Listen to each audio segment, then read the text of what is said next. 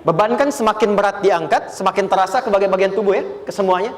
Nah, itu namanya wizrak alladzi anqadha dhahrak. Beban yang dipikul yang berat sekali sampai semua merasa. Makanya jadi satu ungkapan dengan mengatakan dia sedang memikul beban yang sangat berat. Sampai kepalanya pusing, tidur nggak nyaman, miring kanan, miring kiri. Itu namanya ya alladzi anqadha dhahrak. Satu. Saya percepat, akan ada satu masa dalam hidup setiap hamba merasakan satu persoalan yang seakan-akan beban berat yang dipikul sampai merasa kesulitan dari ujung kepala sampai ujung kaki. Siapapun itu. Jujur ya, setiap kita tanyakan pada diri sendiri. Setiap kita yang ada di sini, saya yakin pasti pernah atau bahkan akan mengalami satu peristiwa yang merasakan beban berat sampai seakan-akan ujung kepala sampai ujung kaki merasakan sakitnya. Ada yang sudah mengalami atau bahkan nanti akan ada yang melalui. Perhatikan baik-baik. Teruskan ayatnya. Wa rafa'na laka. Perhatikan. Kalau ada yang sedang merasakan itu, yakinlah kata Allah, pada saat itu sesungguhnya Allah sedang mengangkat derajatnya dan meningkatkan kualitas hidupnya untuk mencapai sesuatu yang istimewa yang belum pernah diraihnya. Dari sini kita buat persamaan. Ujian. Perhatikan. Berbanding lurus dengan harapan, banding lurus dengan solusi nanti pada akhirnya. Fokus. Lulus di sini, insya Allah setiap persoalan akan lebih mudah untuk diatasi. Ujian, seberat apapun yang sedang kita alami, tidak akan pernah diberikan kepada kita oleh Allah, kecuali ternyata hikmahnya untuk mengabulkan harapan-harapan besar yang sebetulnya kita mintakan. Jujur ya, setiap kita kan sering punya permohonan ya, sering berdoa ya, ya Allah minta ini, minta itu, minta ini, minta itu, gitu kan? Nah, cara Allah mengabulkan harapan kita itu, yang pertama, jalurnya lewat ujian. Karena semua kesuksesan itu, desain dasarnya adalah melewati ujian. Coba, anak-anak kita yang sedang sekolah itu, apa mungkin diwisuda dengan penuh kebahagiaan kalau nggak mengalami ujian? Lewat ujian dulu kan?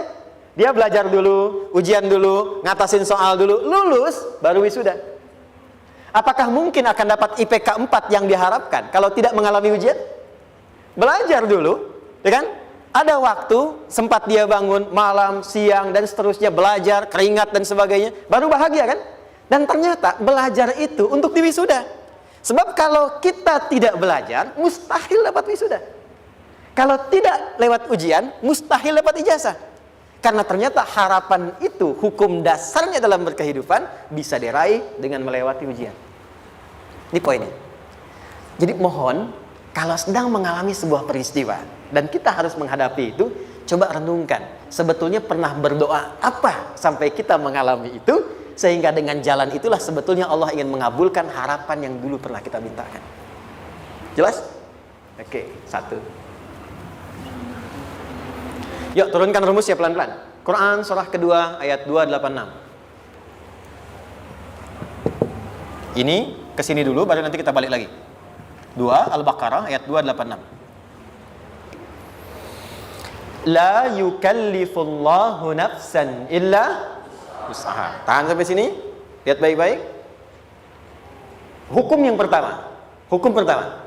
Allah tidak mungkin menguji seorang hamba di luar batas kemampuannya. Jadi kaidah yang pertama tadi, kalau kita sedang diuji, sebetulnya ada harapan dan doa yang pernah kita mohonkan dan Allah ingin mengabulkan itu, jalan pertamanya lewat ujian. Tapi adilnya Allah, tidak akan pernah kita diuji kecuali sesuai dengan kemampuan kita. Jadi kalau nggak mampu, nggak mungkin diberikan ujian. Ingat ya, kalau tidak mampu, tidak mungkin diberikan ujian. Artinya harapan yang kita mohonkan pun akan sesuai dengan kemampuan kita. Jadi kalau kita minta sesuatu nggak mungkin bisa menggunakannya, nggak akan dikasih. Nah, balik ke sini untuk memberikan ketenangan kepada hati kita. Kalau sedang menerima persoalan, setelah kita mengatakan, oh ini mungkin ada harapan yang ingin saya dapatkan, jalannya lewat sini. Untuk memberikan ketenangan kepada hati, begitu persoalannya tiba, langsung katakan pada diri kita, saya pasti bisa menjalaninya. Mustahil saya diuji kalau nggak mampu menjalaninya. Itu bahasa singkatnya. Ingat ya? Kalau ingin mudah menyelesaikan persoalan, kata Quran, setiap ada ujian, langsung katakan pada hati kita, insya Allah bisa. Gak mungkin saya diuji kalau saya gak sanggup. Jelas? Dan tanamkan itu pada hati yang paling dalam. Ini gak mudah. Kalau cuma disimpan di pikiran, jadi beban. Tapi kalau Anda tanamkan dalam hati, seberat apapun masalahnya, pasti saya sanggup, pasti saya bisa. Pernah lihat dulu ada acara 90-an Benteng Hattori? Oke? Benteng Takeshi ya? Takeshi ya? Gitu kan? Artinya kan bisa jawab ya. Kita tahu Ninja Hattori mendaki gunung, lewati lembah, ya tahu ya. Son Goku, Son Gohan, apa? Saya tahu itu. Son Goku, Kamehameha, Piccolo itu yang nulisnya Suzuki Watanabe, saya tahu itu. Benteng Hattori, balik lagi ya. Benteng Takeshi ya. Puncaknya kan main pakai itu kan, pakai tank ya dan sebagainya. Tapi pernah ingat gak satu episodenya itu? Begitu akan bertarung, kan selalu ada motivator di sampingnya itu mengatakan, ayo kamu bisa, gitu kan? Wah, namanya. Dia nggak ngaji Quran tuh. Kita punya ayatnya. Pernah nggak? Buka lagi ya dulu ya. Oke. Korea, kenapa bisa nyusul Jepang? Salah satunya, waktu Jepang itu maju, setiap di Korea itu ditanamkan dari mulai anak-anak TK-nya. Kita harus lebih daripada Jepang. Sejak anak-anaknya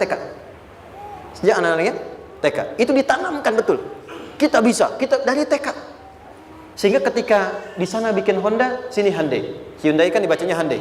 Kan? Sana Honda, sini Hyundai gitu. Di apapun yang dibuat Jepang, Korea harus lebih unggul. Itu ditanamkan dari awal. Bisa. Kita itu sekarang punya ayatnya. Jadi kalau sedang punya masalah seberat apapun, katakan pada diri kita, insya Allah bisa. Gak mungkin diuji kalau nggak sanggup. Bisa insya Allah. Bisa. Kenapa mah? Bisa. Jelas? Oke. Sudah di situ teruskan. Lanjutkan. Warafa'na laka dzikra. Teruskan. Fa inna ma'al usri. Nah, ini poin terbesarnya. Fa inna ma'al usri yusra. Fa huruf yang menunjukkan sesuatu berlangsung dengan cepat. Inna di ilmu nahwunya berbunyi begini, di gramatikal bahasa Arab. Harfu nasbin wa taukidin, tansibul isma wa tarfa'ul khabara, mabniyun 'alal fathi la mahalla lahu min al-i'rabi. Paham? Tidak. Inna huruf yang digunakan untuk menguatkan informasi agar ditancapkan ke dalam hati sekuat-kuatnya dan jangan pernah ragu. Jadi kalau orang Arab itu nancapkan tongkat begini dan kuat, tidak goyah, itu nasab namanya. Nasabar rajul asahu fil ardi. Inna ini harfu nasab. Jadi kalau ada di Quran dibuka informasinya dengan inna, maksudnya begini, hei, tancapkan informasi dalam hatimu dengan kuat, jangan pernah ragu. Yakinkan pada dirimu. Apa yang harus diyakinkan? Ma'al usri yusra. Inna ma'al usri usrun sama dengan yusrun. Lari ke sini. Oke.